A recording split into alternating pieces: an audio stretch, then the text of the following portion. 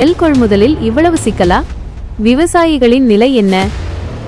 எல்லாமே போச்சே, எங்கள் வாழ்க்கை அழிந்து விட்டதே. இதை யார் காப்பாற்றுவார்கள்? வணக்கம் நண்பர்களே, இன்னைக்கு நம்ம ரொம்ப முக்கியமான ஒரு விஷயத்த பத்தி தான் பேச போறோம். நெல் கொள்முதல் நிலையங்கள்ல விவசாயிகள் ஏன் இவ்வளவு கஷ்டப்படுறாங்க? விவசாயிகளின் தற்போதைய சிக்கல்கள். முதல்ல நம்ம விவசாயிகள் எவ்வளவு கஷ்டப்படுறாங்கன்னு பாருங்க. அவங்க நெல் கொள்முதல் நிலையங்களுக்கு போனா அங்க லஞ்சம் கொடுக்க வேண்டியிருக்கு. நெல் கொள்முதல் செய்யாம மணிக்கணக்கா ஏன் நாட்கணக்கா காக்க வைக்கிறாங்க. பணம் வரவும் ரொம்ப தாமதமாகுது. இதுல ஒரு பக்கம் மழை, இன்னொரு பக்கம் நெல் மூட்டைகள் நனைஞ்சு வீணாகிறதுன்னு விவசாயிகள் ரொம்பவும் மன உளைச்சலுக்கு ஆளாகிறாங்க.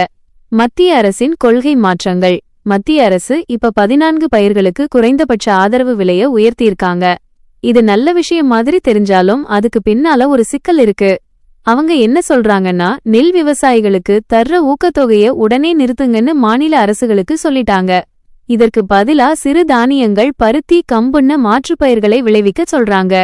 ஆனா ரசாயன உரம் போடுற விவசாயிகளுக்கு மத்திய அரசு 41,534 கோடி ரூபாய் மானியம் தர்றாங்க. ஆனா இயற்கை விவசாயிகளுக்கு பெரிய சலுகை எதுவும் இல்லை.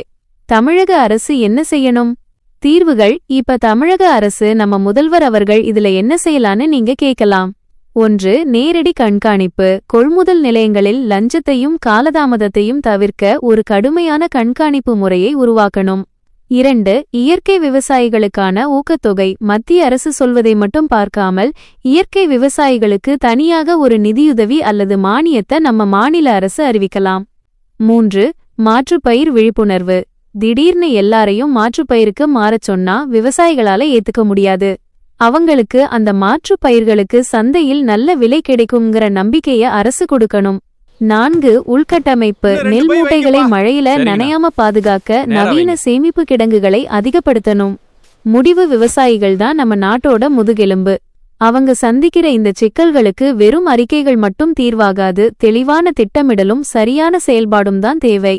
இந்த விஷயத்த பத்தி நீங்க என்ன நினைக்கிறீங்க? கமெண்ட்ல சொல்லுங்க.